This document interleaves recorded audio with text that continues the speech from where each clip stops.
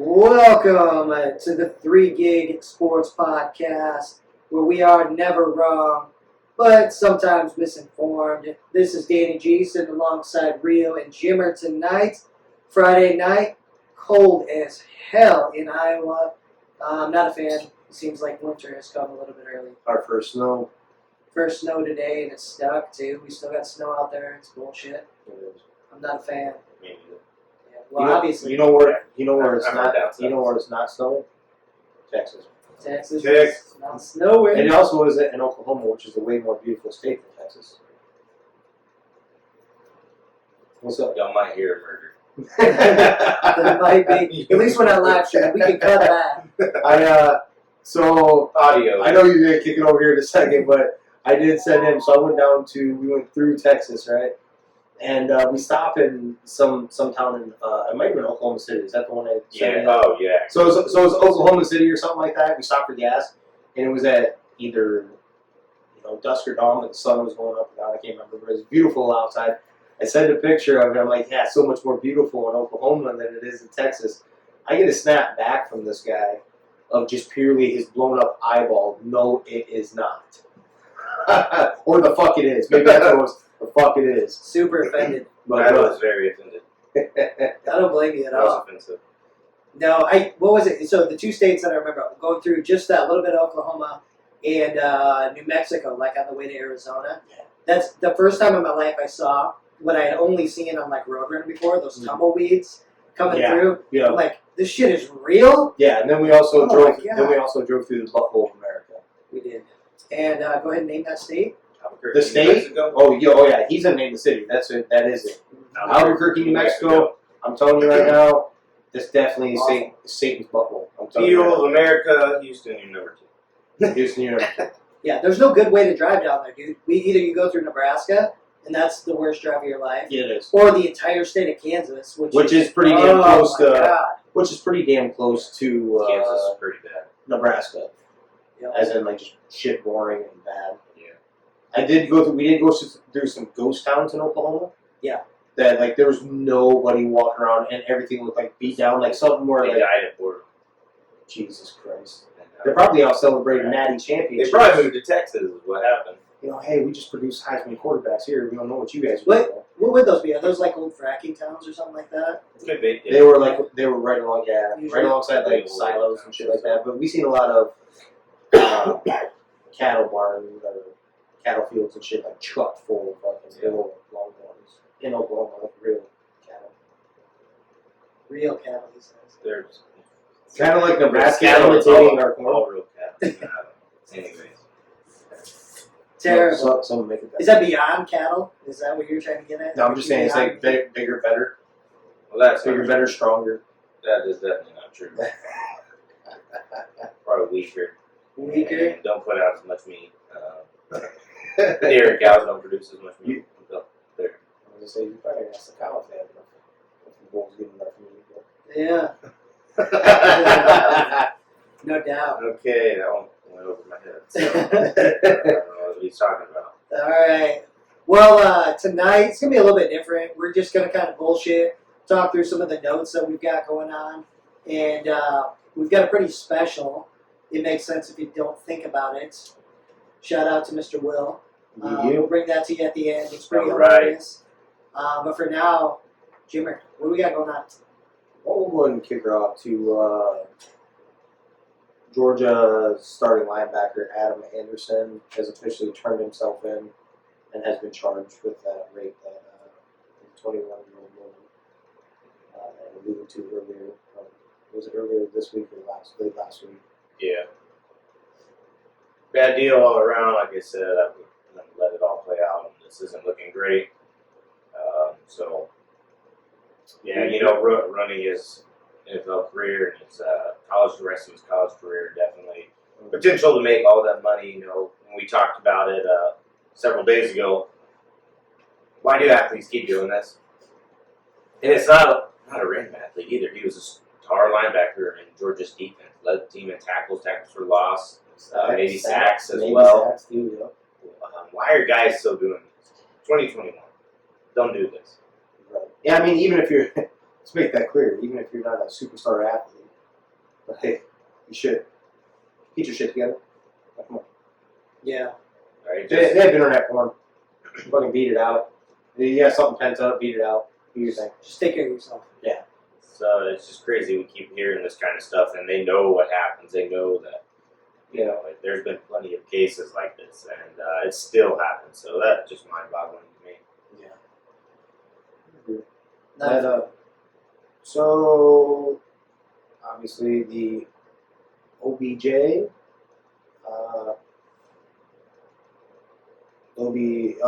he found his new landing spot. He has agreed to a 1-year contract with the Los Angeles Rams. The team announced Thursday. The deal is worth up to $4.25 million, with $500,000 of it in signing bonus, and up to $3 million in additional incentives. The reports are coming back though that the Packers lowballed him on a contract offer. I think that was kind of It was vet minimum that come out, and then they would discuss it further. Is what it came out as from the Packers. So Yeah, I don't know how, if you're the Packers, you don't try to party that up. I don't understand the concern about Devontae. Like, we're talking about this year, right? We're not talking about future. We're talking about this year. Like, if you're trying to win now, you grab somebody like that just for the potential, right? And you wouldn't have had to pay him. What do you say? $4 million, right? Is what he settled for there with LA, Yep. or with the Rams. So it's like, and it's only worth up to $4.25. yeah, So it isn't like he's even going to get. I don't know exactly what the incentives and all that stuff are. I'm sure it has something to do with receiving, winning, Super Bowl, stuff like that. That's usually how to go when you sign for the season. yeah. I don't know. I tell you what, huge win for the Rams though. Like, oh yeah, there's no way they can lose with it, right? They're not paying him a ton. If he doesn't pan out, cool. Whatever, let him walk. Yeah. Yeah, because not a lot of that's like guaranteed. That being said, I was telling you about a crazy ass list. Didn't think about it until after it came across Sean McVay's free agents and trades that he has brought in so far since he's been the head coach. One real somebody's off for you.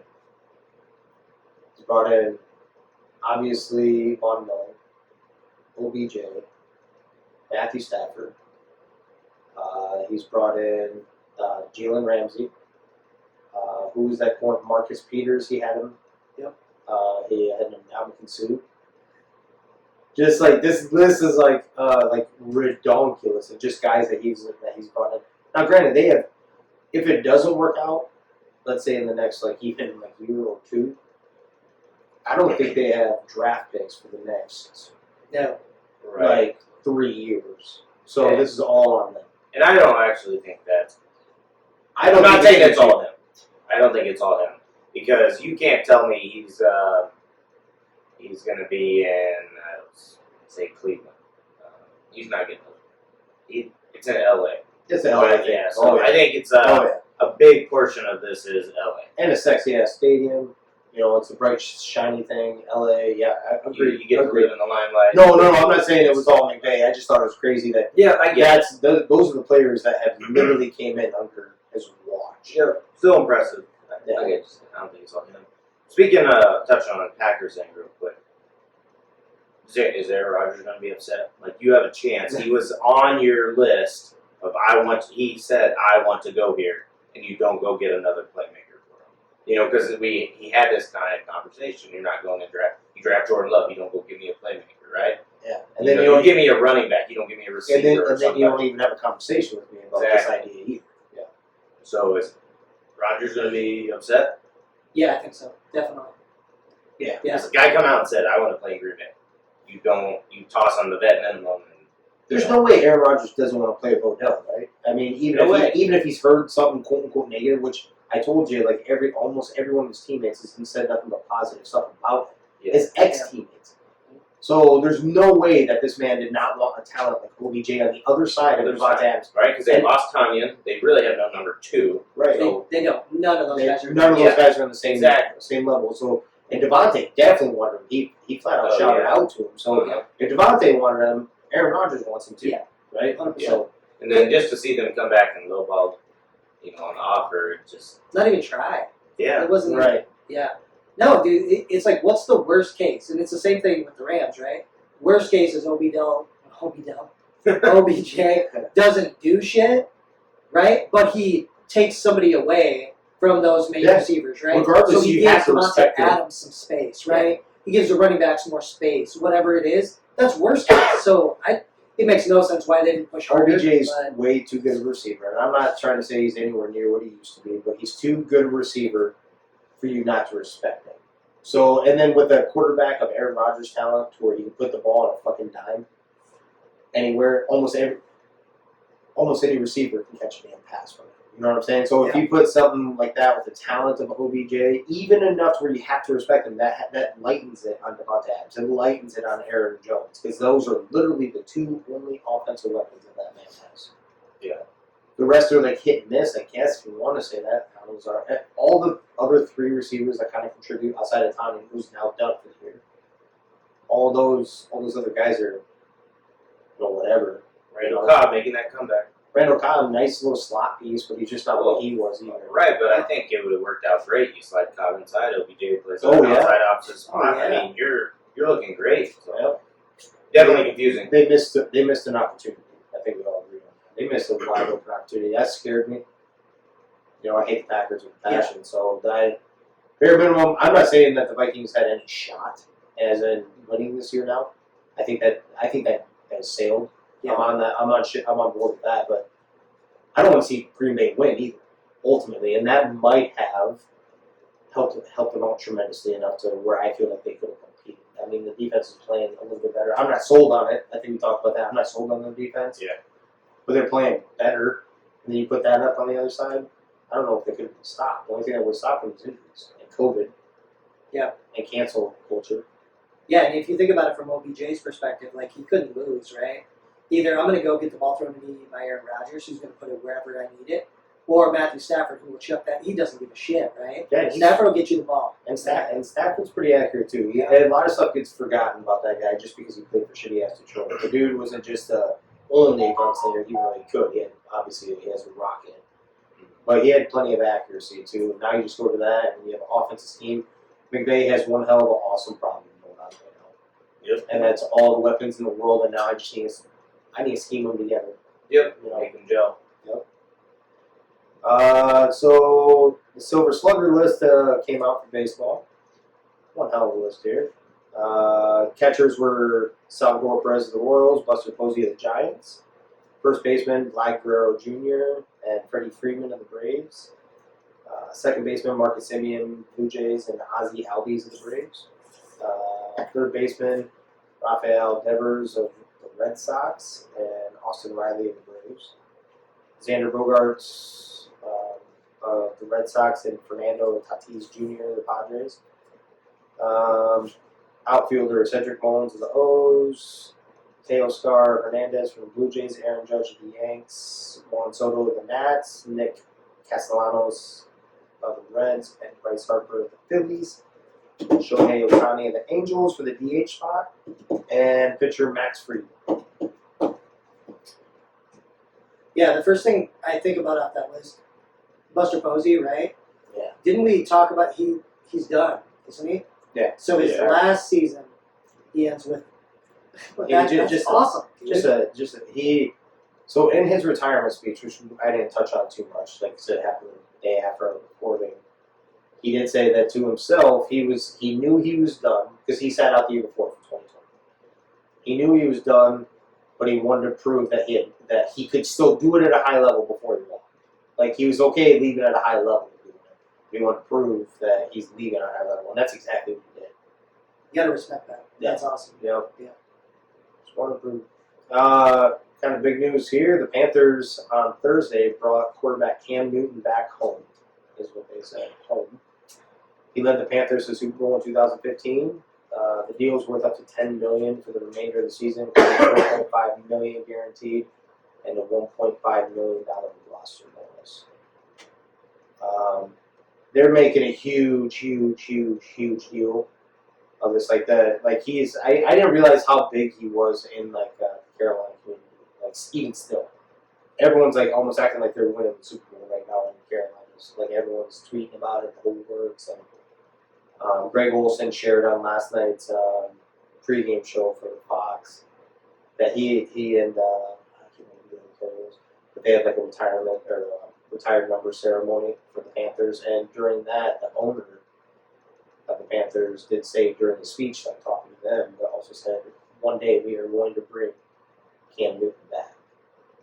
This happening. It's a cool story, but I think we're outside of it being what it is. It's like, is any better than what you had before? The dude kind of really was throwing ducks, right? I'd say he was, arm was not impressive at New England.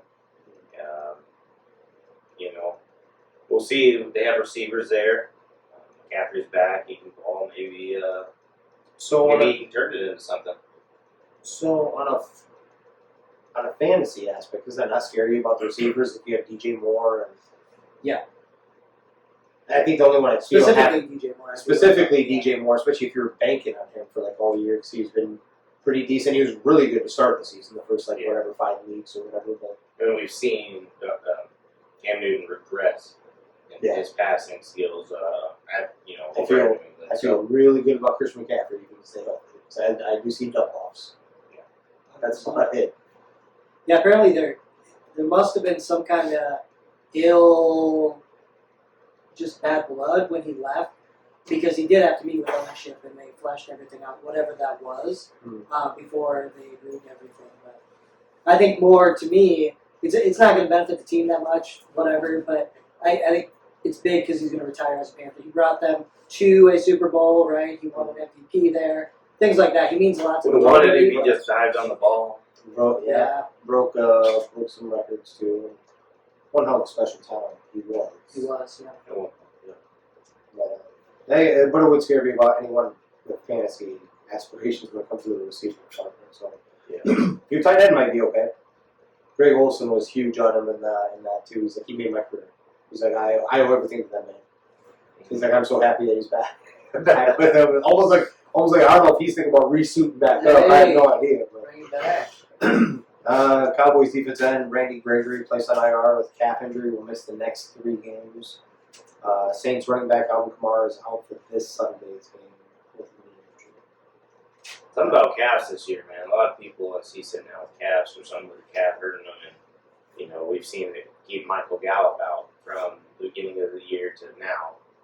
So hurting on the Cowboys spot definitely, because that really leaves our top 2 pass rushers, natural pass rushers, right? Parsons can play that DN spot. But your natural DNs, Gregory and Lawrence, are out.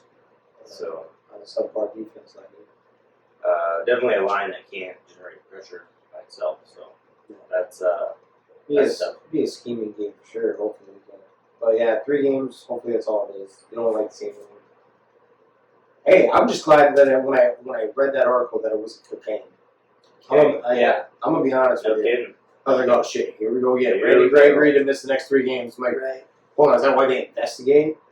Yeah. So No, I'm glad it's only that. It's like, hopefully it's only 3 games. Hey, you have the Falcons coming up, so that's Dan Quinn revenge game, man. So we'll see what happens. should win that by 30. I think we get rolling again. We should. Goddamn Falcons have been on the roll. Yeah, they won like 3 in a row. 4 players were ejected after Rudy Gobert and Miles Turner got into a scuffle with 4 minutes remaining in the game. That ended in a Pacers 111 to 110 victory over the Utah Jazz on Thursday night. Donovan Mitchell and Joe Ingles were the other 2 ejected. So 3 of their legit starters, and they ended up losing that by 1 game over a temperament. And it was kind of, so I'm huge on this. We talked about this the other night. I love competitive shit like this. I really do. But you literally cost yourself a victory in this game, especially when you lost by 1 and your 3 main guys. So you got to keep in NBA. Let's not do this anymore. Let's being too soft. Let's go NHL style. Let them duke it out for 30 seconds, a minute. You throw another player in, and they can sit in the box for a 2 minute penalty, and let's go. Yeah, I'm with you. Fuck yeah. Yeah, it was like a push in the back. They were like pushing each other. More people will watch, Well, so Turner grabbed Gobert's shorts when he was falling down. He was trying to pull him down with him, And so he like pulled him as he was trying to stand up. And so Gobert pushed him, and then Turner had to get offended, right? Get pissed off. Why are you doing that? It was dumb shit. But to your point, when you're talking about letting them go hockey style, that'll definitely make a lot of these guys that can't throw down stop acting like they would. Right. Oh, yeah. Right? The fake guys. Yeah, they come in and get hyped like they're going to do something. Like, all right, let's go. Let's see. Don't talk about Middle it. of the court right now. Me too. Let's go. Don't talk about it. Right? Give them 30, 45 seconds, minute, whatever. Yeah. Duke it out, and then both of them. You sit for 2 minutes, and you rotate a couple players in. Let's go. Yeah.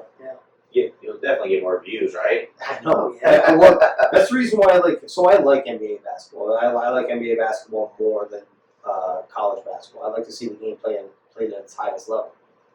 I don't like where the NBA has went. It's gotten soft. It's gotten players have to sit out because of this, that, and the other because they're worried about being banged up. You can't make it through 82 games. And this, that, and the other. Right. But the best part of NBA basketball is the playoffs because they get away with a little bit of that. You're allowed to get chippy. You have like somewhere between a 4 and a 7 game series against someone, depending on how it's rolling, and you're facing them every other night. And I love watching that chippiness and watch it because the competitive nature full blown comes out. It isn't just about a paycheck. At the end of the day, it's your pride and shit like that. So I like actually seeing it even in the regular season. Like it isn't this. Hey, I'll join you if you need me. That's what you kind of. I kind of got beat by LeBron and the Cavaliers. So hey, Durant, can you after we just spanked you up, can you come join us so we can go ahead and take care of business? We'll grab the second best player in the world type situation. I actually like seeing these teams kind of duke her out. I like it. It hasn't gotten to that extent, but they did make a big improvement this year, and they're not calling all of the BS fouls that they used to. Yeah, well, and it's dramatically changing stats. Have you noticed James Harden has not been the same fucking player? It's not only James. It's not James. It's his boy. Yeah. Luka's been hit too pretty hard. Yeah, his stats are way down. Same reason though, right? Like because they're not getting that extra lean into foul where you start getting those extra shots in. So it isn't necessarily just about the points going up at the free throw line. It's about watching the ball go in at a free throw, and then it gets your game going. Yeah. That's why, if somebody calls a timeout or something happens and somebody shoots, usually they block it, right? Or they grab it because they don't want to. You don't need to see that go in. And maybe a lot of people, maybe the general public or anything, may not know why they do that. That is exactly why. So they don't see or feel that it's going in. Right. Psychological shit. But regardless, I like where it's getting. Yeah, that reminds me. Remember Kevin Garnett? Man, I can't remember whose team he's playing, but he threw it up there and he knocked it down. So then he threw it up there again. He knocked it down. Yes. They did it a couple times. Yeah. It's like no. Oh yeah, that's pretty funny. Scott Boras, baseball's most influential agent, aka super agent, said the sport was the victim of competitive cancer caused by teams unloading veterans to accumulate draft picks, and that the Braves' World Series title was a direct result of tanking. Who cares? So here's the thing: you still have to nail your draft picks. Yeah. Tanking can be whatever. But we talk about the 76ers. How many first-round draft picks have they had in all these years? And what? And you talked about two on the roster. And 2 of them have hit. Right, 2 of them have hit. So, whatever. I mean, yes, there's obviously tanking, but at the end of the day, you still have to scout correctly. You still have to, diagnose a prospect correctly, and then draft accordingly, and then nail on everything.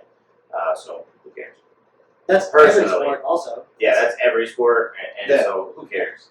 Yeah, it's literally what it is. So, unless you're literally pulling your whole team and right, not refusing to play the game and forfeiting, you're still putting professionals out there to play at the end of the day, regardless, right? Just because they're not the superstar guy that you let go.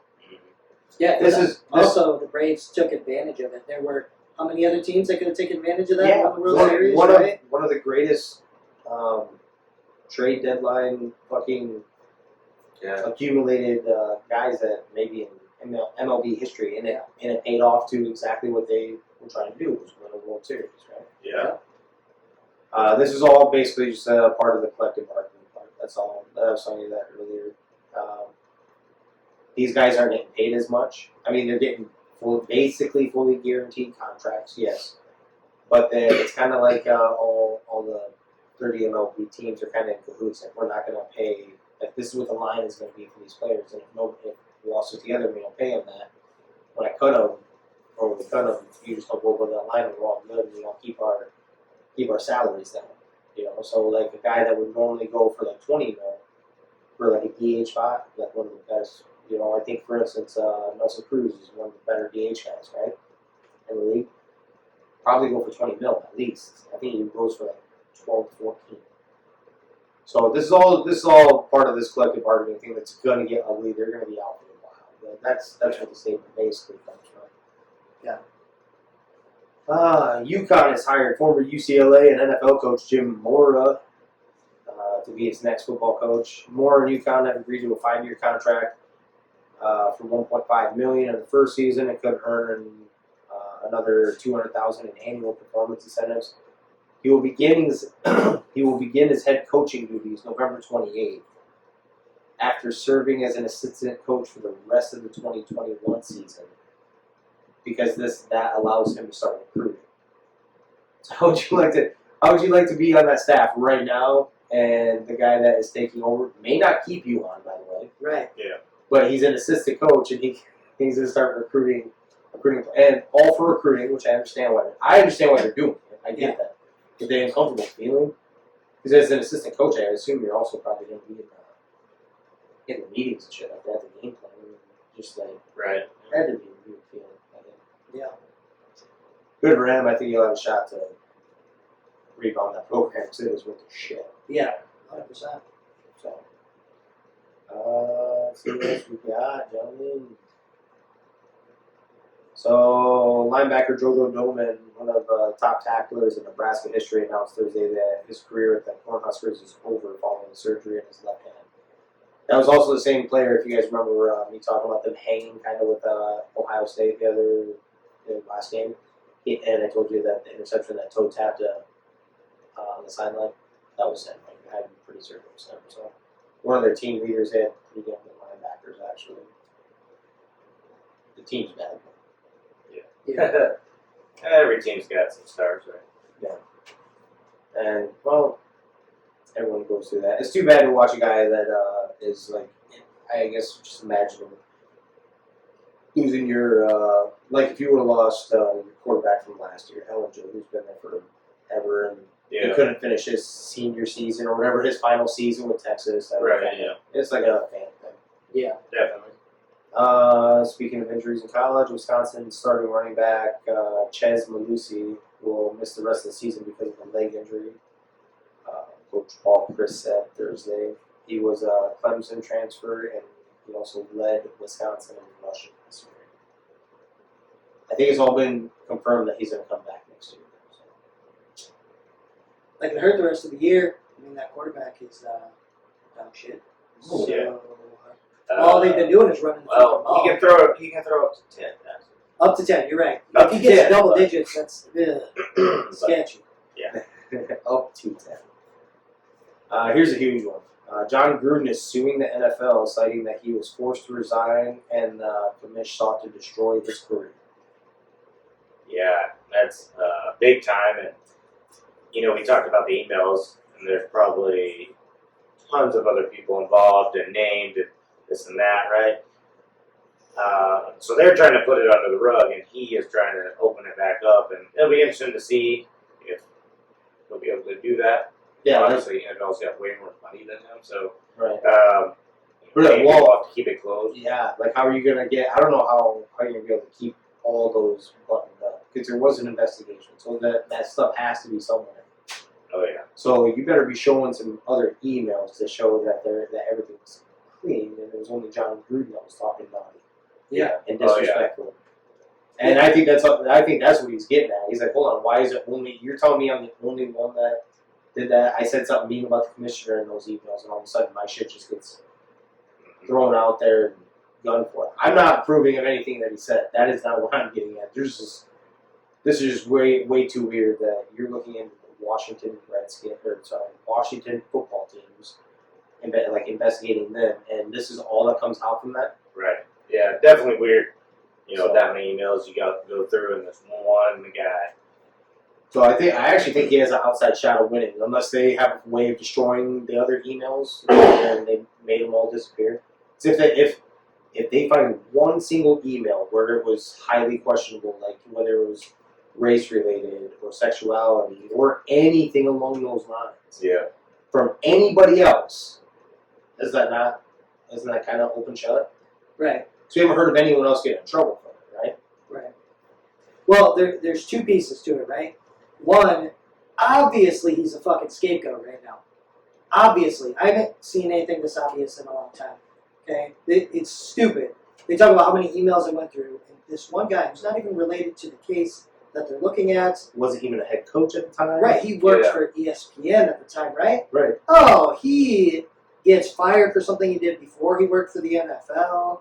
I guess in between, right? Well, But not employed by an NFL team. Right. So that alone should be some bullshit for you to be able to fight it. Just that, right? But then on top of that, all Gruden probably has to do is be like, I can give you one example of somebody else that said some dumb shit, and that'll make them have to be like, all right, we got to open it all up and look at it. You know what I mean? And I'm sure he's got it. I'm sure he does, but I think he probably. I don't know. That's not the way you want to go. Right. That isn't. I don't think that's the way he wants to go, but I think he wants to put it in the court to make them open it up. Yeah. He doesn't want to be the one to be like, It might here's not an email. be the way he wants to go, but that's what he's doing, even if he doesn't directly do it, right? No. I fully disagree with that. No, because otherwise he would just he's like, I got an email right here. He would literally just come out with that email. Yeah. Okay. So No, he don't know. doing? He's making the NFL show what their investigation. I'm making them show it. Yeah. Not him giving the thing, because he doesn't know everything that was shown. He doesn't know all the emails that were between everybody. Yeah. He's like, let's put it all out there then, because it looks awfully fishy that you're only targeting me. He may not know other people either. We're assuming he may know. Yeah. Okay. That's what I'm getting at. We may be assuming, because they did release part of the responses, because he was sending those to to their GM. That was the dude he was kind of friends with. That dude didn't really respond too bad. If I remember right, he didn't disagree with it, but he didn't say the stuff himself. That's what I'm saying. So by this, he's making them you investigated. So you're telling me out of all those emails that there was one other person out of that. I'm highly unlikely. So he may not have emails himself. He just wants you to provide the investigation that you were looking into in the first place. That's what I'm getting at. Because otherwise, if he had an email himself, he'd just bust it out himself. An email return from somebody. Hold on, this had to have been on their system too, and we didn't. I think he just would have already done that. I think it's different making them open up their investigation to the public. A little bit different. It's if I tell you, because I don't feel like ratting on somebody, or I don't want to rat on somebody, I may be like, hey, call it all out. As in I may be telling my company, call it all out. I don't care if you sit there and call but I'm not going to go up there and tell them so and so is fucking off and not doing their job, and they're going out and smoking 15 million cigarettes. There's a slight difference, but you're getting the same thing done. You are, but that's my point. But it's either way, it's in their court to do it. And otherwise, you just flat out do it. I think there's a little bit of a difference. Yeah, I get you. Blazers president Chris McGowan has informed the team that he is resigning amid investigation into GM Neil Olshey for allegations of a toxic and hostile workplace. This screams one thing. Yeah. Oh yeah. Screams guilty as hell, right? Yeah. Why would you do it? Before you're not even the one being investigated, it's someone else. So that means you definitely got something. Oh yeah. Yeah. You already know you're going to get shut down, fired, or drug over the coals. Doesn't mean something still won't come out, but at least you got the spotlight for right now, right? Biggest thing. I'm trying not to be a distraction to the team, and if I'm still with the team officially, then the distraction and the headlines on them separately. So screams guilt. I'm guilty. I did something wrong. Well, no. So did you catch that part? It's the president, not the GM. That's one. Oh, yeah. So I think some of his stuff. Right. Yeah. Maybe coming up. That's how I took it. That's you how got I something too. Okay. Yeah. Okay. You don't feel any different there? No, I don't feel any different. But whatever shit was that they were looking into. Like, if I'm the president, and I know there's some dumb shit out there, There's everything everywhere. you know, I might have been like trying to prep some shit. Like, listen, this might be our last week here, babe. Like, we gotta move to fucking Florida or something. Like, Cayman Islands. Let's go. everybody's got something dumb to get canceled over, right? This could be bad. Don't get me wrong. This could be terrible. We don't actually know what it is. Yeah. Right, we just keep digging. You're a digger, and Yeah. instead of nonstop nasty circle that. Yeah, you This just is gotta not be gonna ready. come with it. And yeah, I think you're right. I think it was like a respect deal. It was, listen, I don't want to be a distraction. I'm gonna get fired or let go anyway, so might as well just do it. So. The team was a bit negative, so the distraction is he could. But yeah, I'm not saying I disagree with it. Just, Yeah. Agent Rich Paul says Philly is worsening Ben Simmons' mental health by trying to make him play, and that is no longer about a trade, gentlemen. Not at all. Yeah, they've almost flipped the entire way now and gone, to the mental health side. I hope it's true. So we talked about the other night, and if he truly needs the help, it was just fishy the way he refused help, right away. And it seems like now he is actually getting help from a team, by a doctor or something like that. So I don't know. This whole thing is just weird. Really weird. I don't know. 76ers, how long do you keep playing this game? I'm not gonna. 4 years. I think they're stuck. You said. I think they're stuck unless someone is like, you know what, we can rejuvenate, we can reclaim him, and then we'll give you a fair trade for him. Yeah, his You're not back's gonna gonna get out. But nobody's gonna do that. No. So, but like I said, I don't blame him. So you're not gonna get anything, and you can't let a talent like that go for nothing. It's like, you know what? If you don't want to pay, if you don't want to play, then you won't get paid. You don't give them up for nothing. Right. I'm sorry, you just don't do that. No. Not in the NBA. You don't have talents like that. Obviously, you just alluded to that. Out of all those first round picks that the Sixers had, they turned 2 of them in that process into something. So you don't just give it up for nothing. I'm sorry, you can't do it. So it's a 4-year plan, unless he starts playing right and trying to help his own value. Yeah, so I am of the opinion, no reason for it, just based on what I've seen of Ben. I think it's bullshit, and it's a way for him to try to get out of it. But I'll play devil's advocate with myself, right? So when you think of a guy like Ben Simmons, like how long in his life has he been a prodigy or always been the greatest thing ever? Probably since he was, 10 or something? Yeah. Right? So when everybody loves you, you can't do anything wrong. You're a first-round draft pick in the NBA. Wasn't he rookie? No, he wasn't rookie of the year. Didn't he get hurt? Or was he rookie of the year? I can't remember. I can't remember, but either way, It's stud early in your career. Go to the right? playoffs. Yeah, all of a sudden, the city hates you. The team doesn't like you. Which city is that though?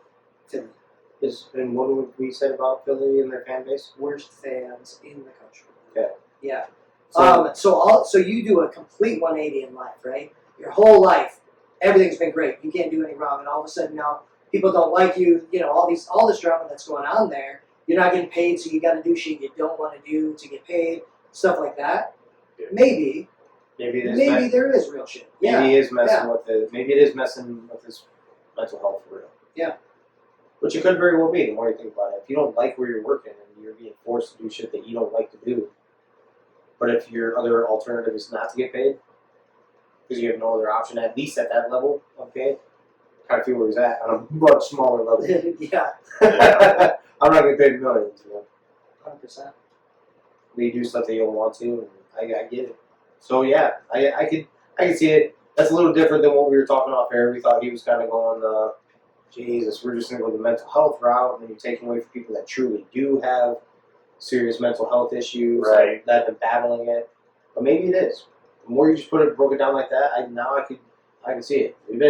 I know me and Chris have been in low places where we were employed, so I guess I could see it the more I think about it. Yeah.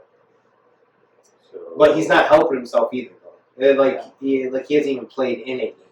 He hasn't tried that much to try to help his value. Talking about is exactly. It's a little bit. When you're saying, you're adored from the moment you stepped into the limelight. Yeah, first team All-American, great All-American, McDonald's All-American. Morgan National Player of the Year, Prep Player of the Year, Gatorade National Player of the Year, Mr. Basketball USA, all in 2015, SEC Freshman of the Year, First Team All SEC, USBWA National Freshman of the Year, Census First Team All If American. I remember right, I'll let you keep going. He did get Rookie of the Year. I'll let you keep going. Just one sec though. I do believe, if I remember right, they also let LSU into the tournament because of this man. Because they wanted to see him. Oh yeah. They weren't good. Because they weren't. They were like a little above 500, like a few games above 500. But keep going. Let's see, what else do we have? So then, in 2020, NBA Steals Leader, NBA All Rookie First Team, Rookie of the Year, 2018, two-time NBA All Defensive Team, and then three-time All Star. But more so,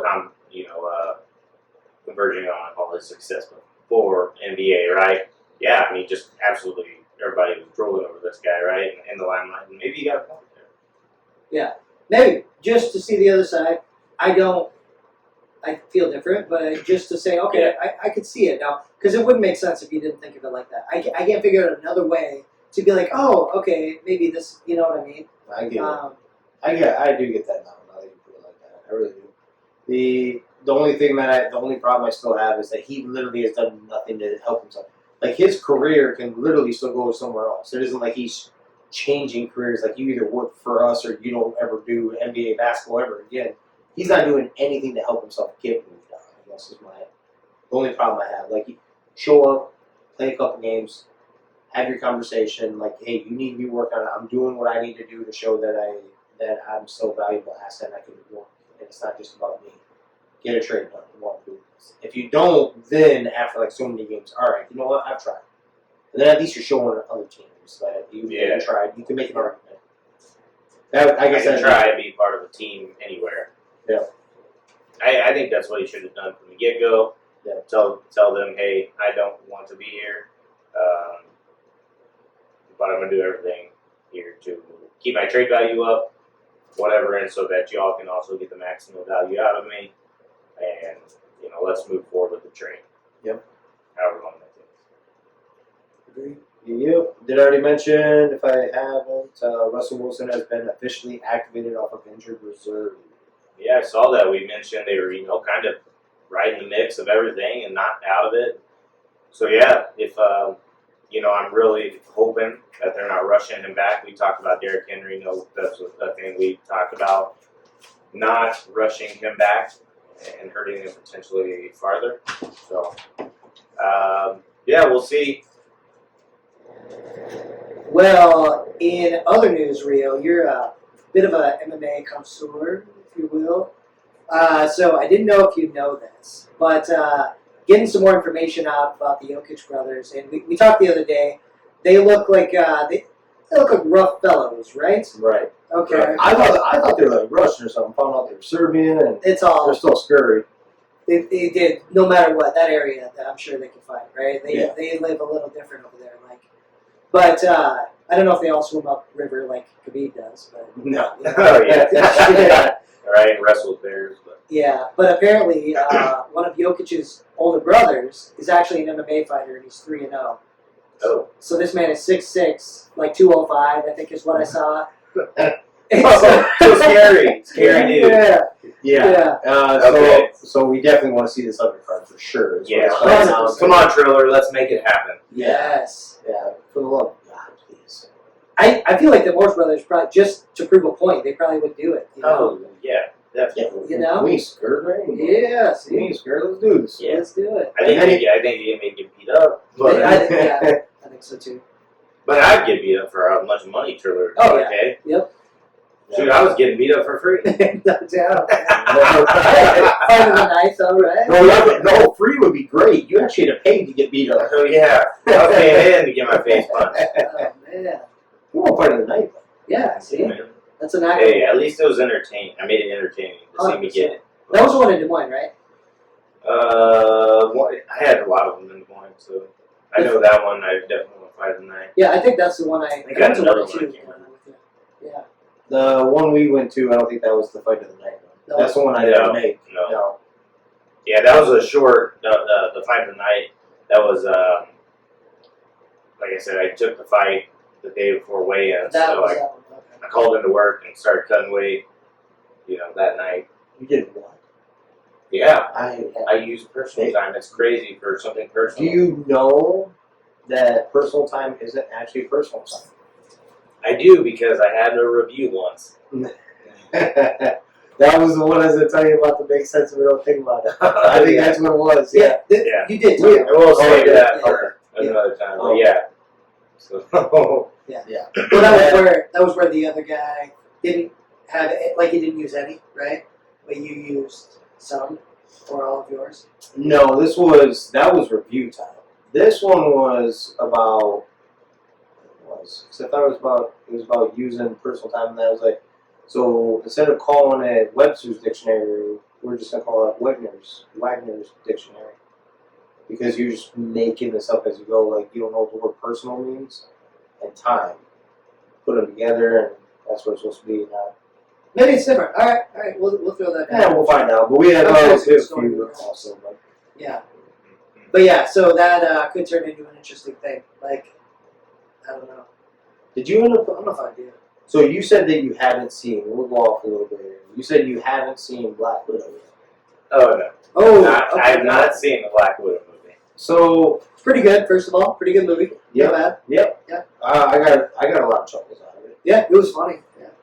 I'll take your word. I'm gonna tell you right now. I think everyone that has an admiration for women likes the way Scarlett Johansson looks, right? Just in general. By the way, this is about to go into guy talk. So any of the females out there listening, you can keep going, but we're gonna talk about some females here real quick. Yeah, just for a second. Miss Scarlett Johansson. Yes. Scarlett Johansson's one hell of an attractive woman. Is she right? attractive or is she not?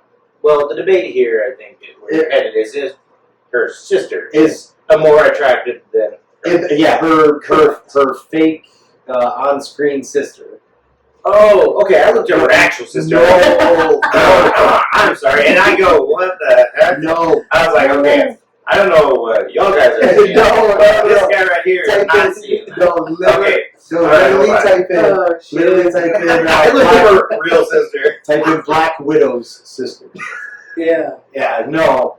I was like, I was sitting there thinking about this. See, if my wife listens to this, All right. I'm going to kindly remind her that she also told me the stuff that she would do to The Rock. So let's Oh, make that okay. very clear. All I was saying is like, God, your sister. Belova? Is that it? Yeah, that's her name. I'm actually going to make the argument that her fake sister in this movie is more attractive than her. And I like Scarlett Johansson. Yeah, And she may be funnier, too, by the way. just to be clear, I'm not sure who your wife is in love with. So Leah's all about The Rock. Yeah. Sam is all about Chris Pratt. Who's the guy who plays And the Thor. Thor, yes. Oh, yeah. Yes. Jason Momoa? Jason Momoa is Yeah. the otherwise. All right. Oh yeah. I So can see that. I was going to say my wife isn't huge on that one, but I'm pretty That's the only sure reason she liked my mullet because she likes mine. she was legitimately like trying to get me to wear some Thor stuff. So Oh, I'm like, Leah, come on now. Yeah. First off, the body type, 100%. Obviously, number one. Number two, I do not have blonde locks and they're not long. I don't know how this will work. Reach that shit. Oh yeah. Oh. I'm willing to possibly lose my hair in a bet for fantasy football. I think I don't know if she's more pissed about that or the fact that I wasn't willing to dye my hair blonde and grow it out You'd have to shave a some star role beside play, it. you know? All right, back to the topic. Yeah, sorry. You had your chance. No, I think Scarlett's more attractive than her sister, just by a little bit. I can see the argument, though. I can definitely see the argument. Yeah. And I'm not into blondes, though. Let's make that very clear. Right. Yeah. Blondes has never been my thing. Yeah. Sorry, excuse my wife, but usually I've been a brown-headed guy myself. So sorry. Well, yeah, hold on. But, Yeah, but she changes her hair She color all over for you. changes her hair all the time. So, but yeah, but I think Scarlett Johansson is a little more attractive than her. But are you putting her on a pedestal because she was Black Widow for 10 years? I asked Danny that same thing. Are you putting her Maybe. on something maybe. you thought she was already like so super hot that it was up that high already? Maybe just nobody can take that spot. You just can't take it. Yeah, that could be it. But I get Yeah. it, you know? Yeah. I was thinking that was interesting. Man. By the way, you need How to much- see, by how the much way, you need to different? see Black Widow. By the way, it is fun. It is. How much different? So we're saying pretty close, but we lean towards Black Widow. But how different is it for you? No, just it's barely nothing. Okay. It's not. It isn't like blown out of the water. Okay. Yeah. And maybe I'm also putting Scarlett Johansson. If she's getting a little long too. Oh. So who's your celebrity crush then, Jim? Here it is. Dude, number one. So there's a few. No. You're number one. You're number one. You have to go. You have to go with the most attractive celebrity crush. Right now, your top spot. The fucked up thing is Scarlett would be up there.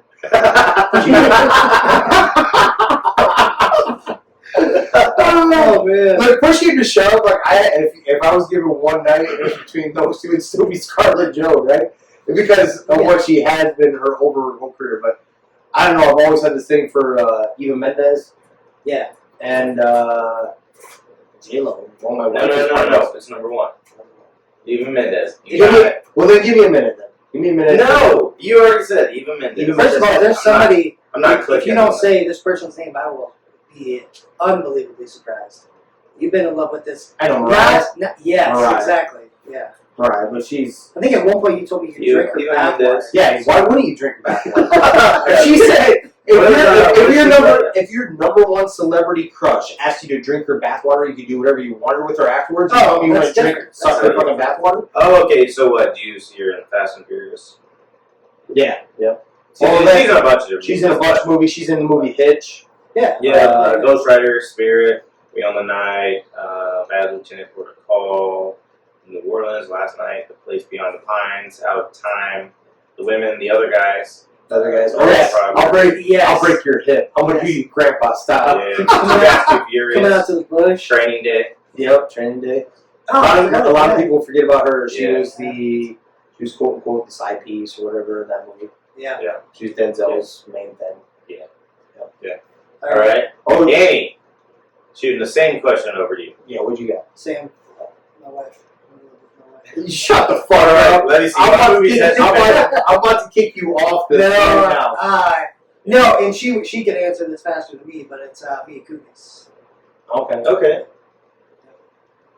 Like that 70s show Mila Kunis or like Bad Moms Mila Kunis? Bad Mom. Well, it doesn't matter, but Bad Mom. No, it's a little different. Yeah, a little it's different.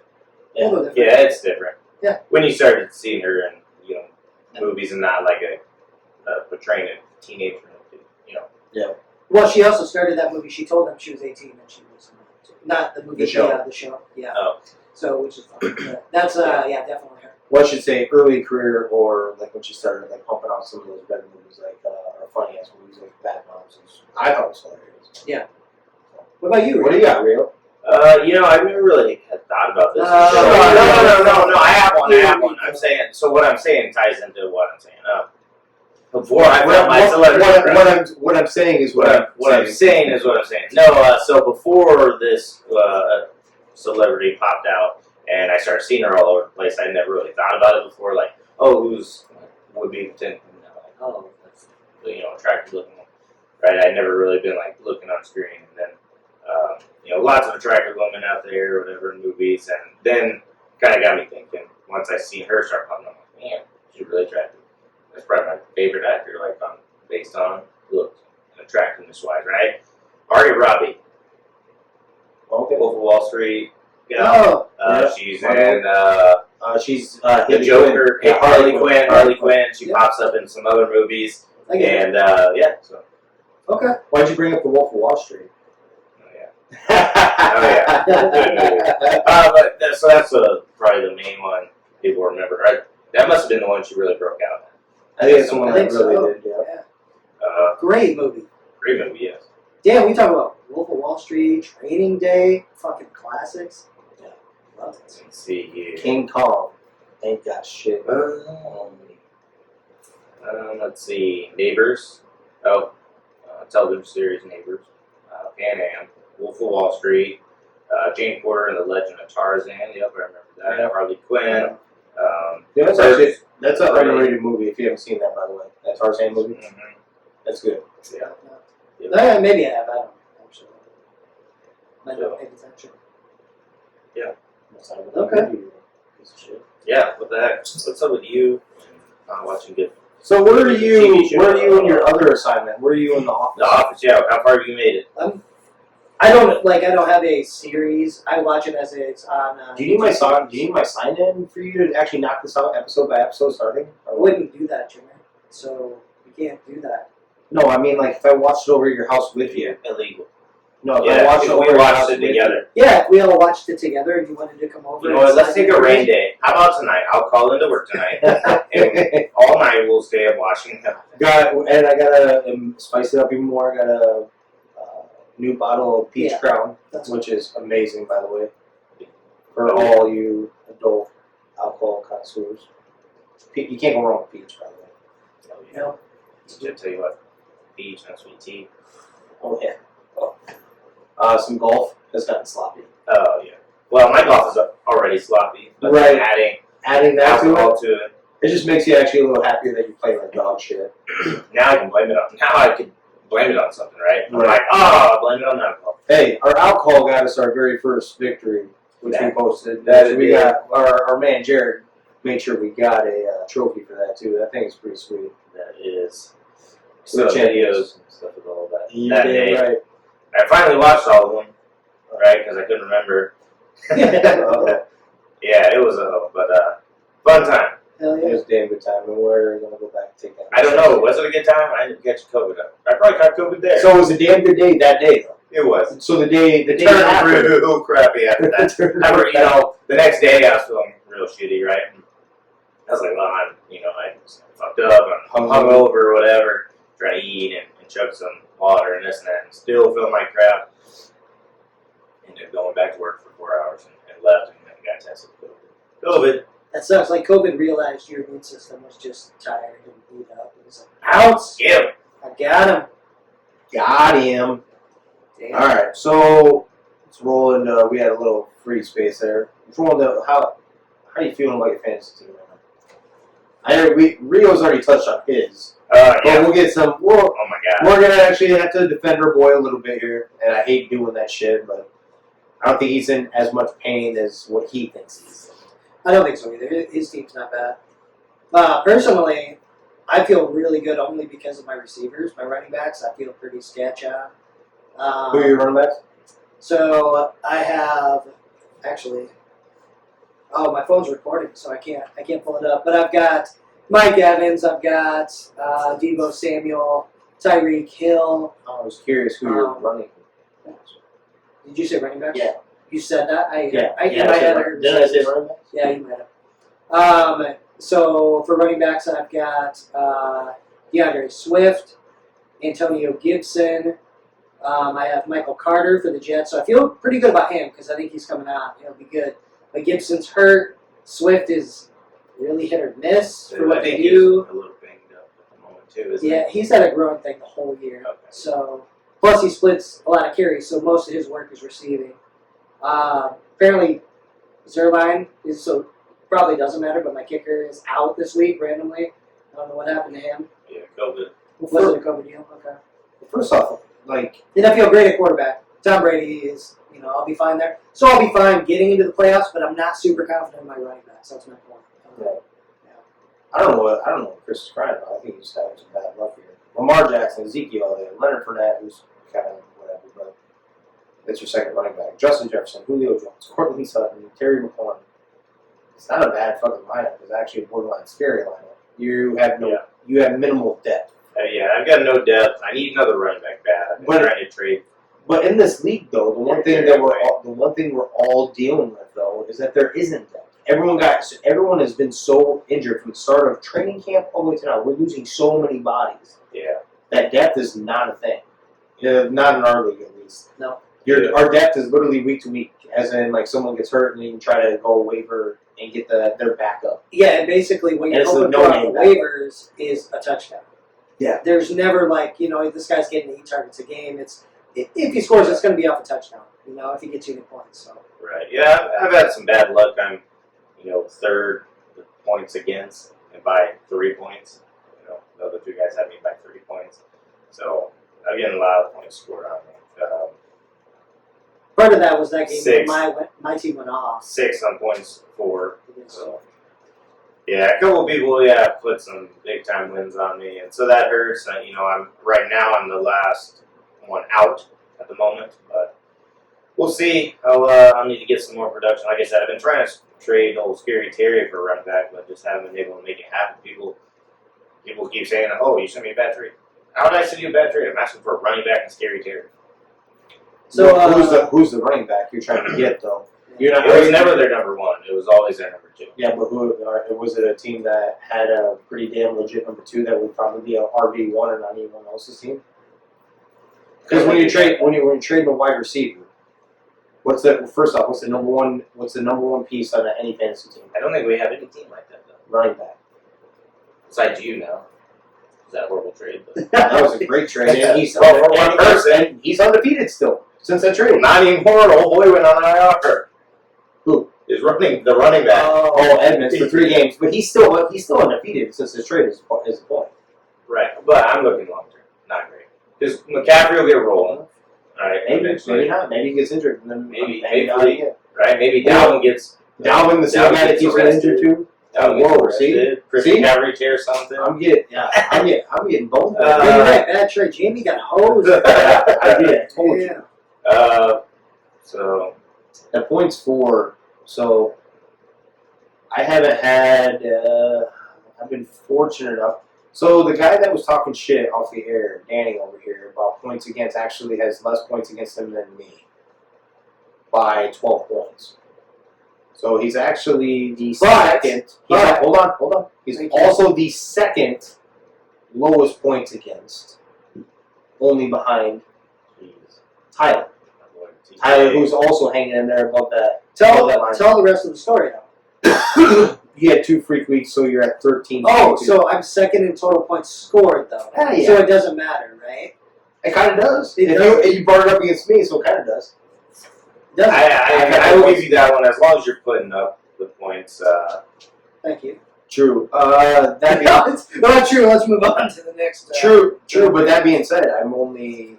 So he literally has 1 more point scored than I do. I've also had 4 major injuries. Most of my, and I'm finally starting to get healthy. Right. So the point was you got hella lucky. I've been lucky Through enough. these injury weeks. Yep. Yeah. But I still put up points. Was the point. Just not 1,300. I have 1 less than this guy over here who just said he had a stretch. 3 less than. Oh, actually. So where are you at in total points? 1,174. Which is middle of the pack. Where is that? It's Low. It's low. It's middle. It's 1, 2, 3, 4, 5, 6, 7. 712. Seven. With all my team getting injured. No, I'm not saying. So my team's healthy, but I'm still putting up 1,174 points. So middle of the pack with all my stars out. So wait until all of them are back, which they basically are. You guys are about to get steamrolled and held down and bent over. Oh, Rio. Now he's flipping. Right. That's just. Now he's flipping. You got lucky though. I mean, you got luck. You had some bad luck, but you also had 30 points against too, so that helped you out as well. Oh, it didn't hurt, but it was still. I'm just saying. 4 points against that guy right there. Yeah. Oh yeah. Whatever. I'm just saying that. So you're lucky on that aspect that people weren't blowing you up too. So. But yeah, here. So I want to touch it. So like Jimmer and I, we know where we're at with our teams. Like if he gets healthy, he's gonna get rolling. I've got to figure something out with my running backs. I don't think you're in that bad of a like. I think Julio's been up and down for you, right? All of them have been up and down. So is Justin Jefferson, but I think Julio's going to get more consistent. He has to, right? I hope so. I hope he. Derrick Henry thing too. Yeah, I hope he does. I need consistency from Scary Terry. I mean, listen to this: 8, 24, 8, 29, 6, 4, 23, 5. Who should be coming back this week? Right, Fitzpatrick. So I'm hoping down the stretch. Is that official? I don't know if it's official yet. Right. I know he's getting healthy. So that obviously is not great. As you see that. So are you still trying to trade him, knowing that he's coming back? I have been. I had stopped the last 2 weeks. Justin Jefferson, he's whatever. He's going to be my horse at the moment. Of course, Julio hasn't done anything. I'm hoping with Derrick Henry out that goes better. And then, like I said, I've been trying to trade Scary Terry because I needed a running back riding on Leonard Fournette. Quarterback, Lamar Jackson. He does his thing. He averages 27. He did have that almost 50-point game, so it's probably more about 22, probably, I'd say. But whatever. So it's not horrible. I don't have any depth. My next back is, besides Leonard Fournette, is Mike Davis. Have you already had like a have we looked really deep into this? Like, would you have won some of these games had you actually drafted the quarterback you should have? Because you made a horrible call. You wore a Dak Prescott jersey to the draft. So, and then you had an opportunity to take him and you didn't, and then you took Lamar was above Dak in scoring. Overall scoring, overall. but that was with Dak missing 2 games. He had a game missed and a a half. game, and the dog shit game he just played. Yeah. Well, I was talking about when he got banged up. Oh no, he finished that one game. Yeah, he finished. It was the last one. Yeah. So we missed 1 game and a bye week already. Yeah. Lamar just had his bye, right? They just came out of it. Yeah. So they both have the bye. There's no timetable on Ryan Fitzpatrick. That was 2 days ago from their coach, Ron Rivera. So while Rio's looking at that, do you have any players on your team that you expect to either blow up or do a lot better than they have so far? Besides, McCaffrey and Cook don't really count, right? But do you have any players that you expect to perform above the rest of the year? And you're hoping they do. So what he doesn't get, like when he's busting up on that trade, is that I do not feel the one player that I really felt was like not quite getting to where I thought they would be, and I thought could just the more we kept rolling was Deandre Hopkins. Now this hurts if you actually look at my receivers. I don't have horrible receivers, but I have like the number 2 or number 3, as in like Chris Godwin can give you number 1 receiver numbers. Isn't he out this week too? Not officially yet, not that I've seen. He's a game time decision. I did see that today. Game time decision. Okay. So he hasn't practiced all week. But he can, especially when Gronk comes back, because when Gronk was healthy and he was playing, Chris Godwin was like at best, like the number 3. Oh, Antonio Brown, that's what I've also been helping, is that Antonio Brown's been out. Gronk has been out, so it's been Mike Evans and him. So it's a 1-2. So he's, in the way Brady's been playing, is that's fine. Chris Godwin is a legit number 1 receiver at that point. So these boys come back, and I'm in a little bit of trouble. So that's my top tier receiver. Yeah, he targets Brown so much. He wanted him there for a reason. He got what he wanted, and they have a connection. And I think early on, last year, and some of this year, a little bit, like in the first game, he was trying to force some shit, because he wanted Antonio to stay happy, right?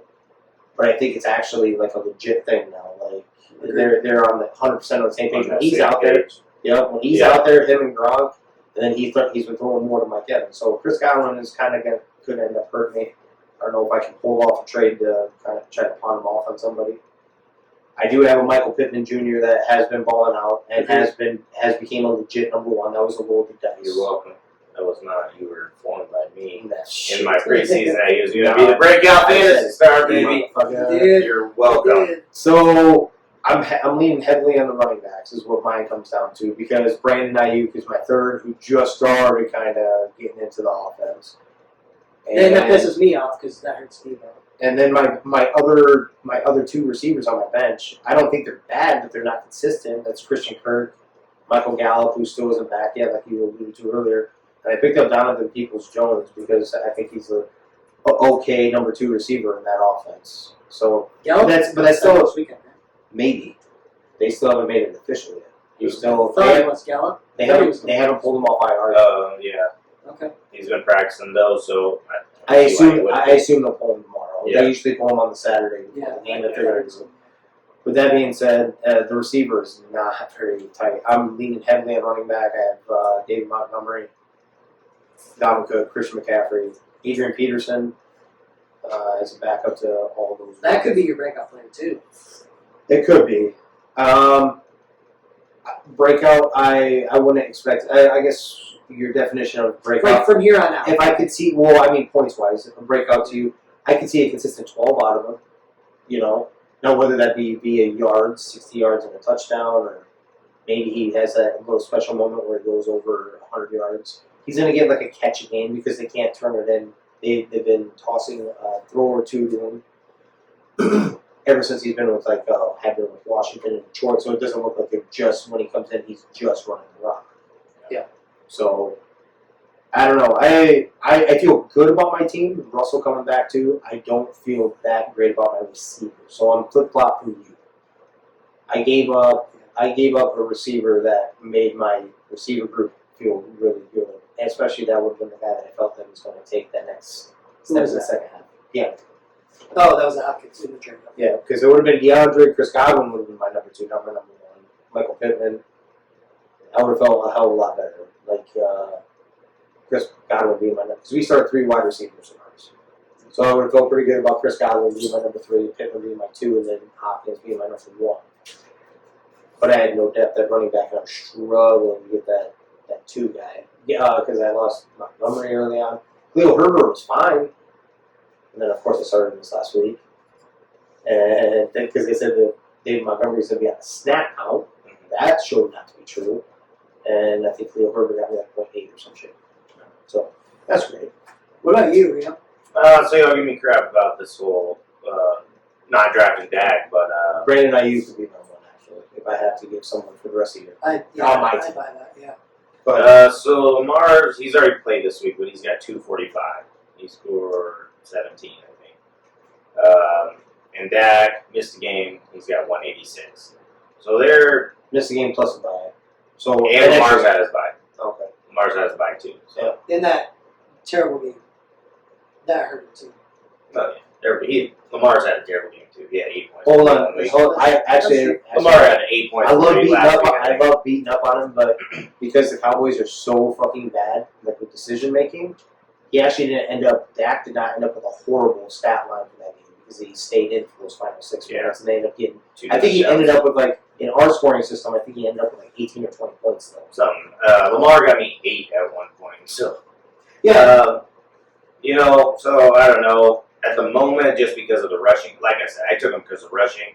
And he broke a record. Last week maybe. Yeah. 100 yards So- goals, yeah. I don't know. Really, fantasy points wise, Lamar's probably getting me just a little bit more. They're probably pretty similar with the threat of the running. Partially why I took him as well. Yeah, I think that with Lamar, you've got the rushing, right? So he'll be rushing touchdowns, rushing yards, and everything. But also, Dallas, part of the reason they're playing really well this year is they're so balanced, and they're not relying on Dak nearly as much. So I think that helps your case, too. Yeah.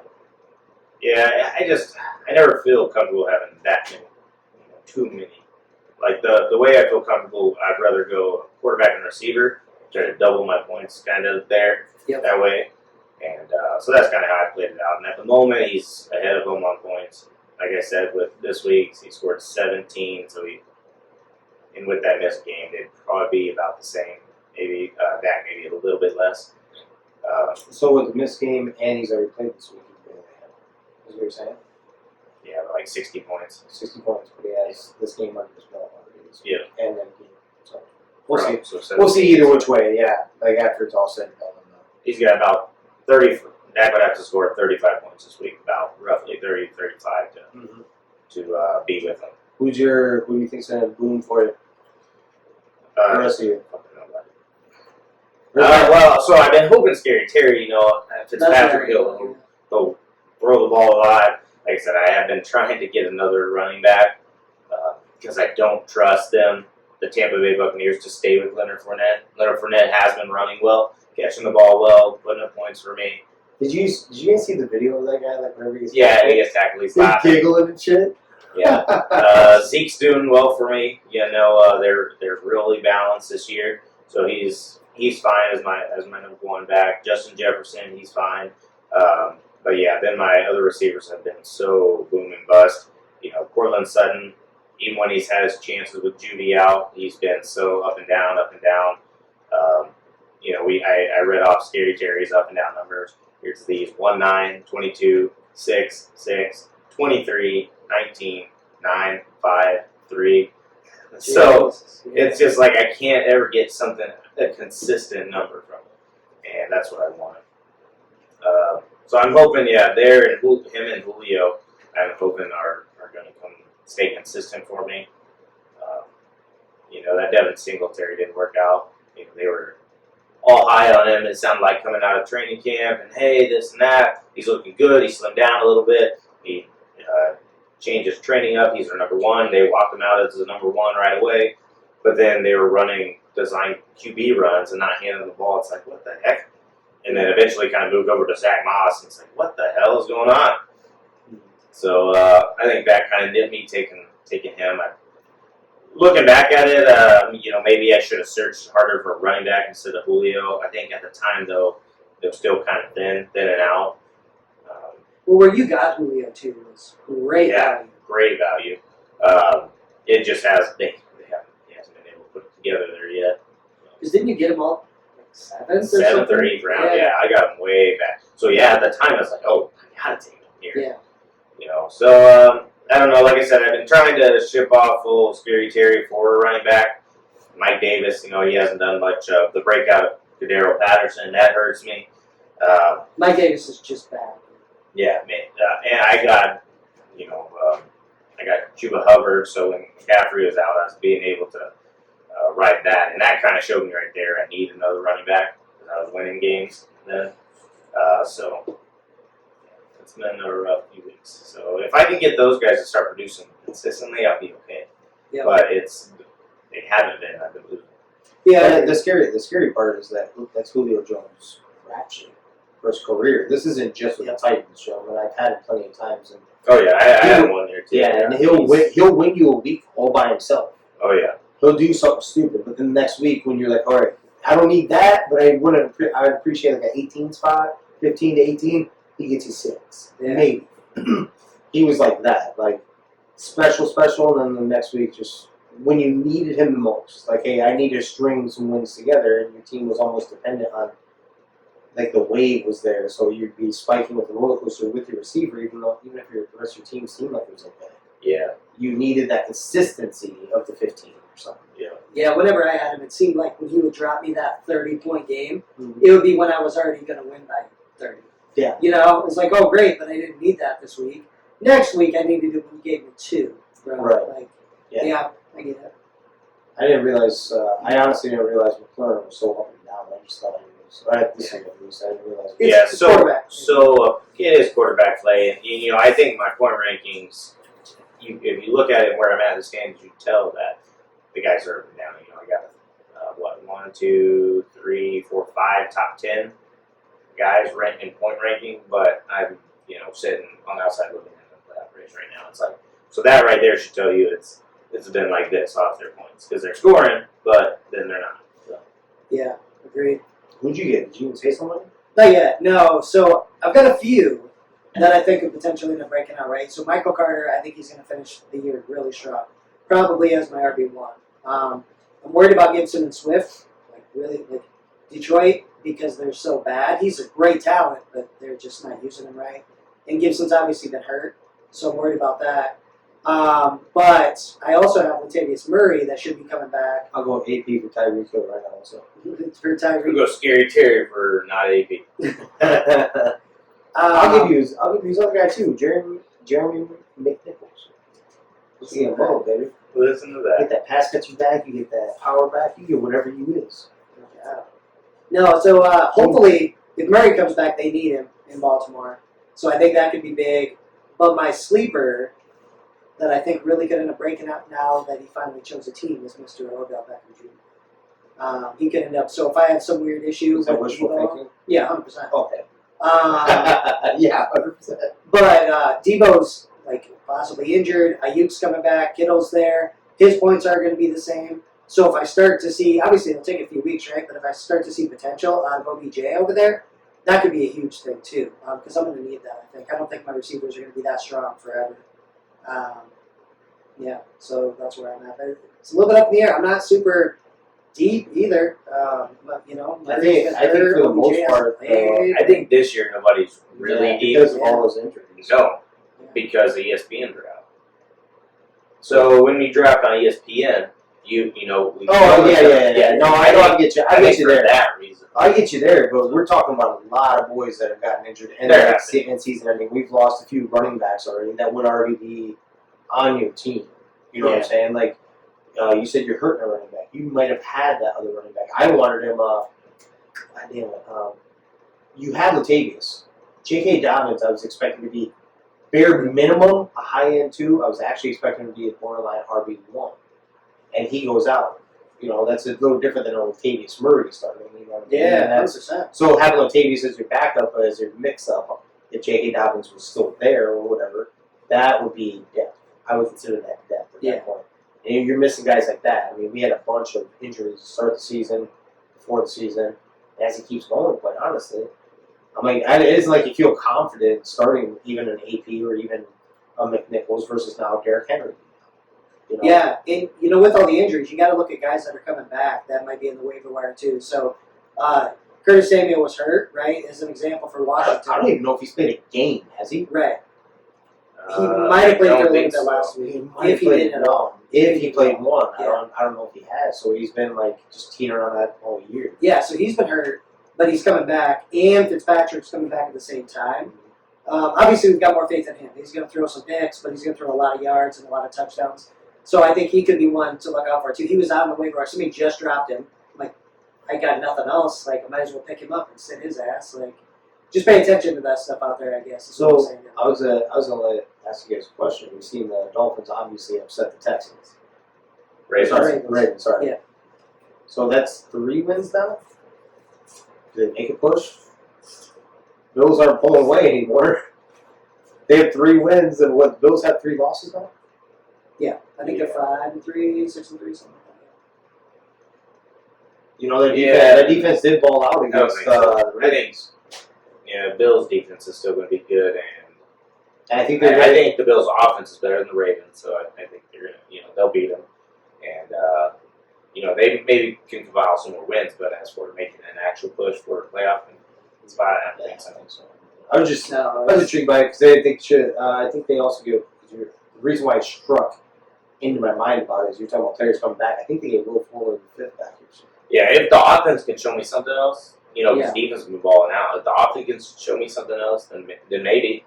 But it hasn't shown, consistency and able to move the ball up and march the ball up and down the field. So I don't know if you can judge that Ravens game either. The Ravens almost lost to the Lions. Okay, they play to their competition more than anything. Yeah. They rely so much on Lamar. I would think it's got to be wearing on him. So I don't know if you judge that game at all. Actually, it just makes me more fearful. The Ravens are like my second favorite team, and it actually makes me more fearful that For the Ravens, they're right? not the same. They're not the same team. Their defense isn't what it used to be. They've got some injuries there too. Plus, all of their running backs have been out. All the running backs are down. They're down to Le'Veon Bell running the fucking rock. Devontae fucking Freeman. Yeah. These boys that were out of the league the last couple of years. So. Yeah.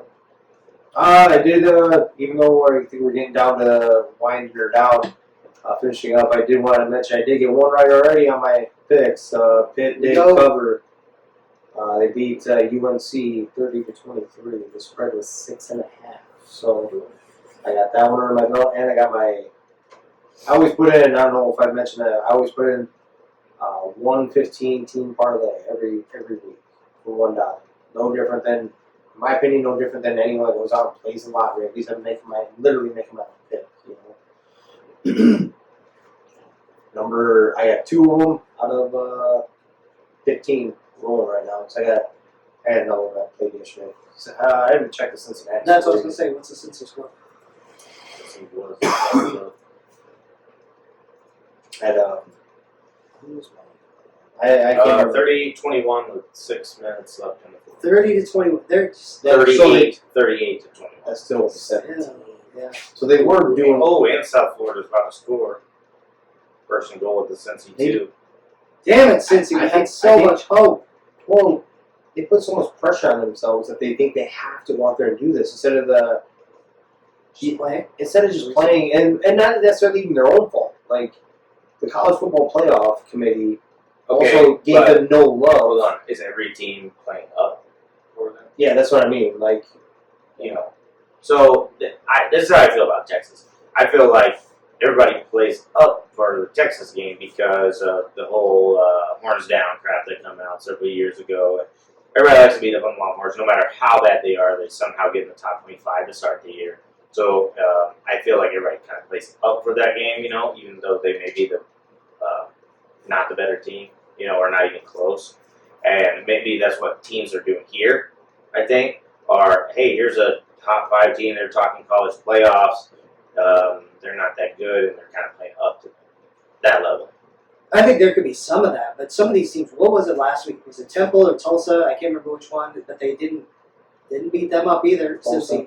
Tulsa. Like, come on, guys. They actually almost lost that game. Yeah, they fumbled it. They fumbled the ball away at the 1 or 2, whatever it was. Yeah, so there's probably some of that for sure, right? But it's like, guys, you could have been the one. You'd have been the fucking first one. Well, no, that. no, absolutely. But I think it put like what he's saying combo with that. But college football committee made a point blank obvious statement with the first right. Put him at 6, yeah. And yeah, so you weren't even the first one out. You were literally.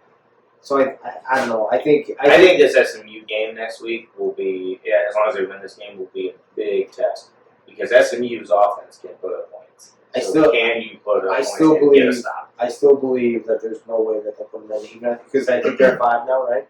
Yeah. I still don't think there's any way they put them.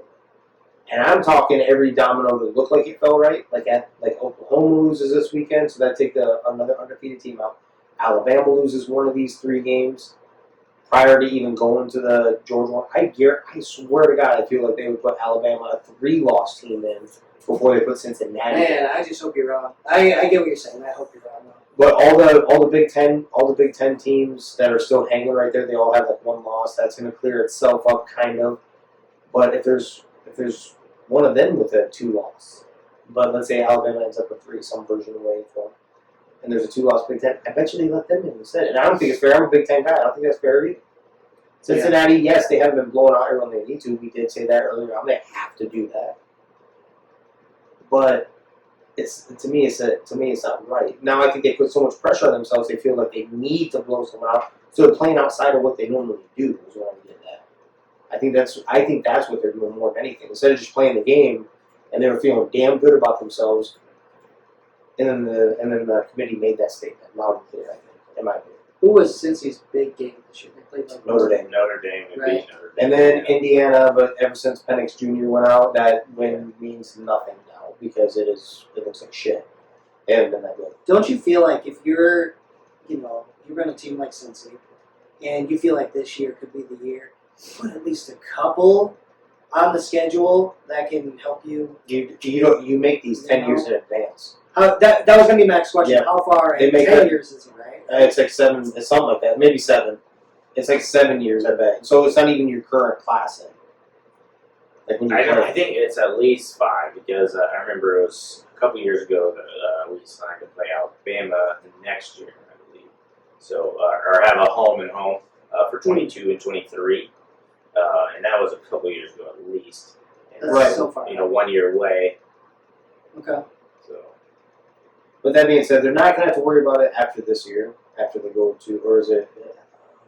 Do they go this next year? After, so 23, I think, yeah.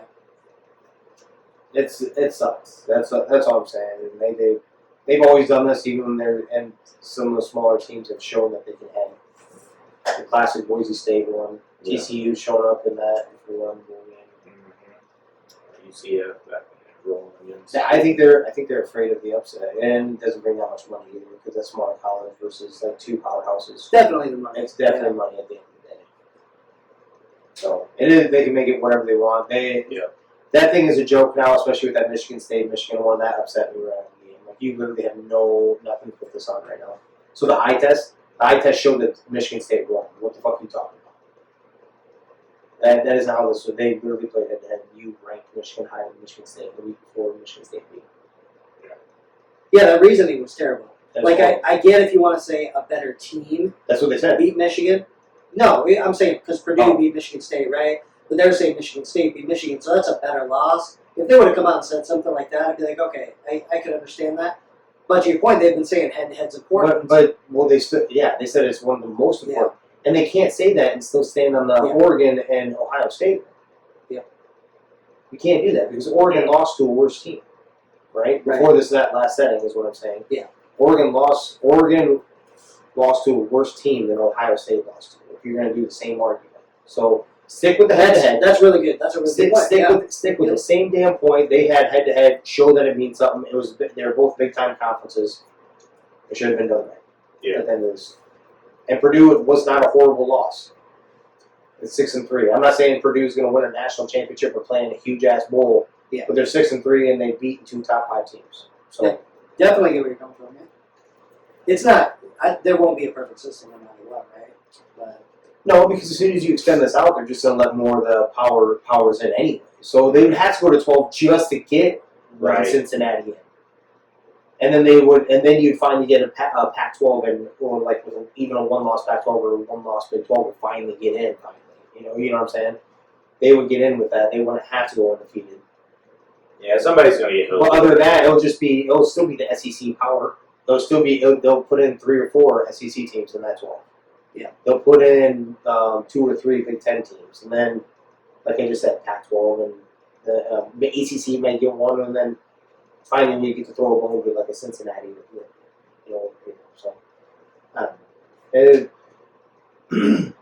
I think the best, and maybe this is what they're looking at doing. I think the best case for them and for college football is they go 8, because then you have 8 for bye week championships. So you have an entire month, kind of like March Madness, right? So there's an entire month dedicated to that. Tons of money comes in, all of that shit.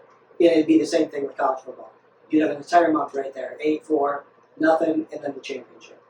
Like I think that's probably 12. Yes, until some people get hurt. Because say it's Big Ten. Say it's Iowa, right? And then now they potentially have not only the Big Ten championship, but then they have 1, 2, 3 games. Somebody gets hurt, messes the draft stock up. They almost had to take a regular season game out. Right. Yeah. So that, but I like the 8. Yes, 100%. But I think you're going to run into problems. Somebody blows their knee out, a top prospect, and then career done. Right. Yeah, I'm thinking more than anything. I'm thinking money. Right. That's an entire month dedicated to this. Just that tournament, right? I would say, and I don't know why they're so opposed to it. I would actually just say 6. They're still going to hose They're still going to hose Cincinnati. And we've already stated that you have to get up to like 10 or 12 teams for them not to hose them. Okay? Yeah, I get a bye. I think exactly. I think the top 2 get a bye. The other 4 bang it out for who plays them, and then the national championship after that. I think even when you start getting too far out, like what they're talking, it's either where I tell you that I read, it's 12 or nothing. Well, so I think if they go to 12, you're going to see a team like Cincinnati just get smoke showed. Yeah. In the first round, it's not even going to be a great game. So, yeah, I'm kind of on board with that as or well. Like Wake Forest. Or, Wake Forest going to come over and get just rolled over, and it's not even going to be worth, tuning in for. I think it should be 6. Top 6 teams, you don't have to. You should be able to dig out 6 of the top teams in the nation every year. Wake Forest isn't going to end up in that. Even as a fan, I totally agree. I think that makes way more sense. Yeah. Thinking money aspect, that's where my head's going. They get an extra game. They can extend it. I know, but they get an extra game that way too. They still get money that way, but I don't think they want even more. They want that. They want that 12. Yeah. You want to start pulling that up for you? That Facebook. I'll try. So we have a special episode of It Makes Sense If You Don't Think About It. We do, and not only are we saying it just for whatever, because he also turned it in, but he's also a veteran too. So this year was Veterans Day, and want to say we appreciate everyone's service that has served for our country, by the way. Yeah. It's greatly, greatly appreciated. That's all you guys do. 100%. But finally, though, our technically second submission, but the first one was kind of rough. So so I don't think today's society, general American society, is ready for that. I got what he was saying, and the story that was in there, it's something that they had to deal with over there, absolutely. And he was confused by the situation, but and just today's society isn't going to take what was being said. Yeah, was he cool saying his name? I don't know if he said that. I don't think he was, right? So shout out to Will for today's It Makes Sense If You Don't Think About It episode. We appreciate it. You trying to get her up? super crappy internet here. Yeah, true that. I'll shut mine. I don't know my. Yeah, I can shut it off. Yeah, I got you. It's quite that crappy. The booster. Well, We'll okay, take it. how would I say that? It's not great. It's not good. It's The not opposite of good. Yeah, it's the opposite. It's not loading the Facebook messages. There we go. Wi-Fi is off on my end too, please, Yeah. sir.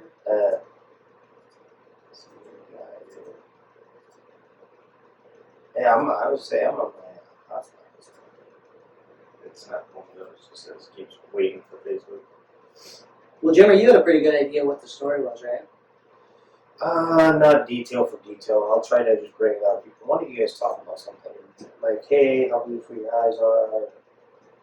You know, I do have a quick one for a conversation.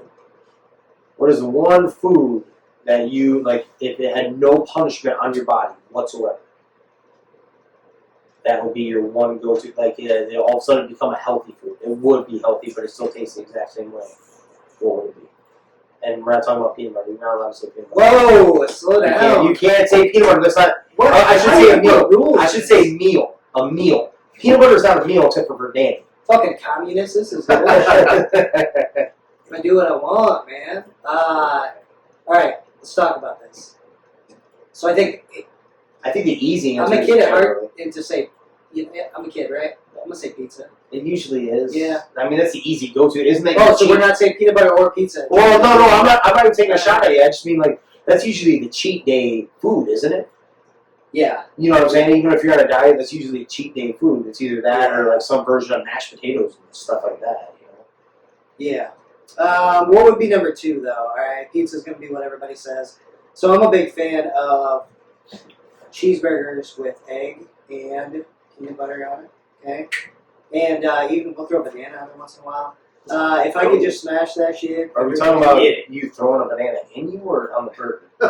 We're talking about cutting it up and putting it on the burger. Definitely. So where we work, we found out real quick that anything that is in the shape of a penis, food-wise, you need to cut it up. You can't get caught eating a corn dog, a banana, what was it, a popsicle. You start cutting that shit up to eat it.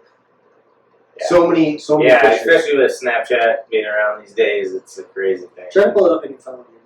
Yeah, this isn't. I can't. It won't load. Your phone isn't loaded? I can't get to the messages on here. That should just be on the mobile.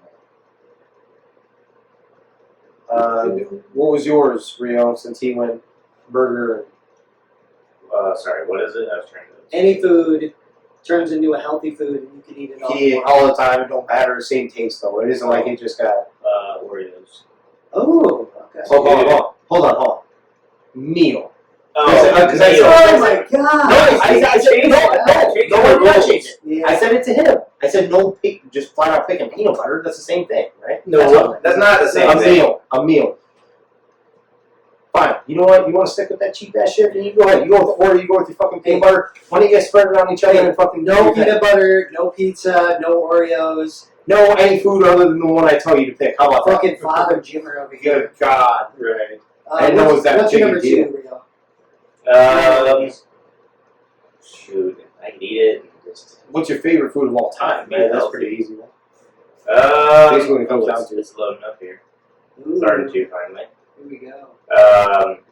Let's see. Gosh, no, pizza's pretty good. Yeah. Pretty much steal that one, man. Because No, you said pizza's a no-go. Can't do pizza. It's too easy. No, I didn't say you could pick pizza. I said that would just be the easy. Yeah. I just yeah, said it would be easy because it's like kind of your Yeah. cheat day food. Is my point. It's like Yeah. And the pizza's got something in it too. You could, if you weren't thinking like, God, I'm gonna just die after this, like you could eat a couple pizzas, no problem, right? You just the salt and the sauce and the cheese and everything, man. Well, I can tell this story because Will told it to me, and I do remember it. Here we go. So, Makes sense if you don't think about it. I may not get an army. Okay, here it pops up now. All right, so, oh my gosh. So Will sent us one. It makes sense if you don't think about it. He says in Afghanistan we had to burn these burn pits, and every day, burn in the morning. And this morning that they wanted to burn it, it was a windy day. So they made the decision not to burn it because when you burn things, it kind of flies around and stuff. And they didn't want to have it potentially burn something else down. Right? He says, his lieutenant walks up after he woke up, come to the tent or the area for his morning coffee, see if anything was proceeding like it normally does, then ask why they haven't burned the trash yet. So his squad leader then tells him, it was windy out, we don't want embers blowing around to cause a fire, just out here being safe, and tells him it's not a good idea, just the wind is going crazy. So Lieutenant leaves, and about 15 or 20 minutes later, someone comes around and tells us there's a back of the patrol base is on fire.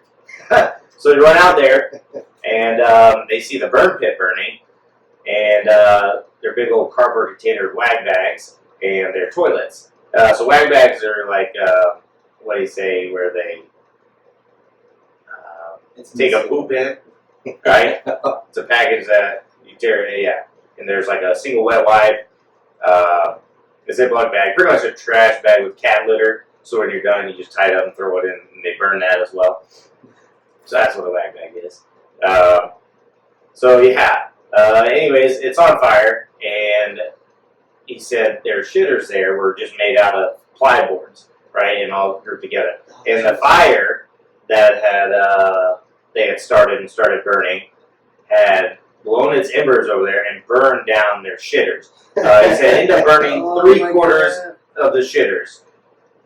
So then they go, well, who started to light the fire in the burn pit? And the lieutenant who had come and asked them, he's like, well, I did, since you guys weren't going to do it. And they're like, well, now we don't have our shitters anymore. And the lieutenant's just like, well, at first it was fine, and then stuff blew out the fire into all that stuff and the wag bags and the stuff, the shitters and stuff.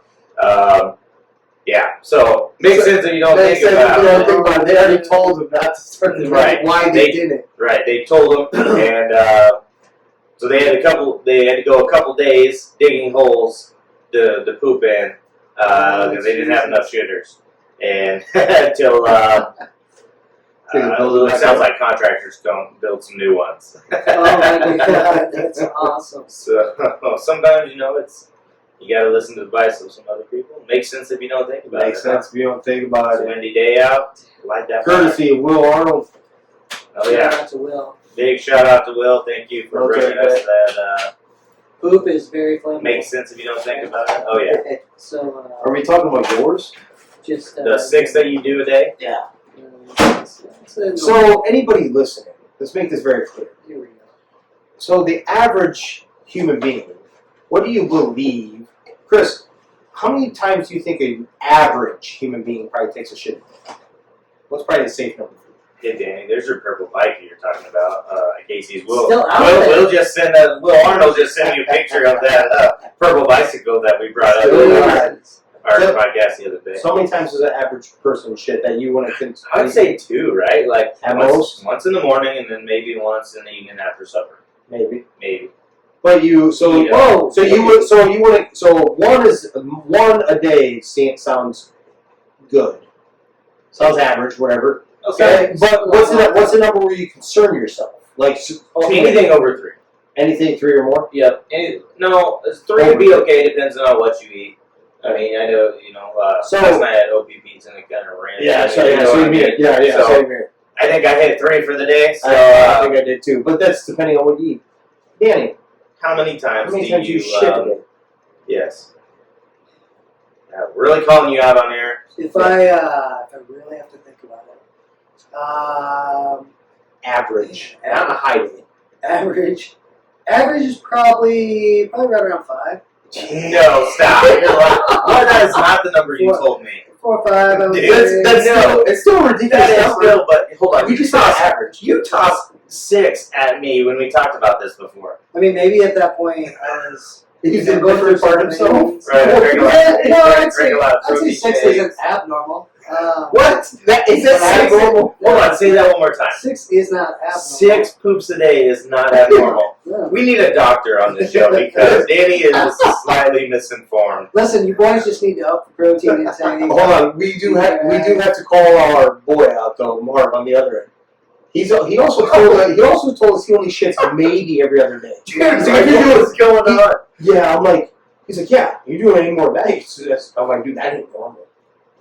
You need to go see somebody. That's not good. Right. That's That's all that monster You need amount, to dude, drink just some getting water, tangled bro. up in there. Yeah, that third shift juice that you need to make it through, but damn, Yeah. dude, that'd be hurting. Oh, yeah. Hurt. But you're way on the opposite end of the spectrum. I'm telling you that right now. Yeah, Way I too mean- many times. I feel good. So You feel good? Well, after shitting how many times you fucking better. You know, it's all good. All right. And, Yeah. Good Well, stuff, good stuff. I suppose that was fun tonight. It was a little different. A little different. I like it. Yeah, I like it too. Well, thanks everybody for listening. We're gonna wrap this shit up tonight. Words of wisdom brought to you by Rio. Do not baseball slide underneath the lawnmower because it doesn't work out in the end. Ooh, Okay. So, While it's running? Story. What's that? while it's running. Why? Yes, when it is currently running and gas is going in the engine and spark plug lights up and fires everything up. That is when you do not want to be baseball sliding underneath the lawnmower. Speaking from personal experience. Personal experience. I love it. Well, thanks again for everybody that's tuning in and listening. Will, special shout out to you. Thanks for the service, and definitely thanks for the It Makes Sense If You Don't Think About It. Again, this is 3 Gig Sports. Podcast is available everywhere you find your podcast, Apple, Spotify, the whole 9. And our YouTube videos, if you feel like looking it up, definitely do it. We're just going to throw this shit up there uncut and kind of see how it goes. And we may end up looking at some different camera situations too. But what are you about? That's what's going to happen. We'll clean it up a little We'll bit. clean it up a little bit. To a certain extent. It ain't going to be full bore like how much time you spent last night on it, probably. Yeah, here we go. Listen to these guys. All right. Well, thanks again for listening. Yep. This is 3 Gig Sports. We out.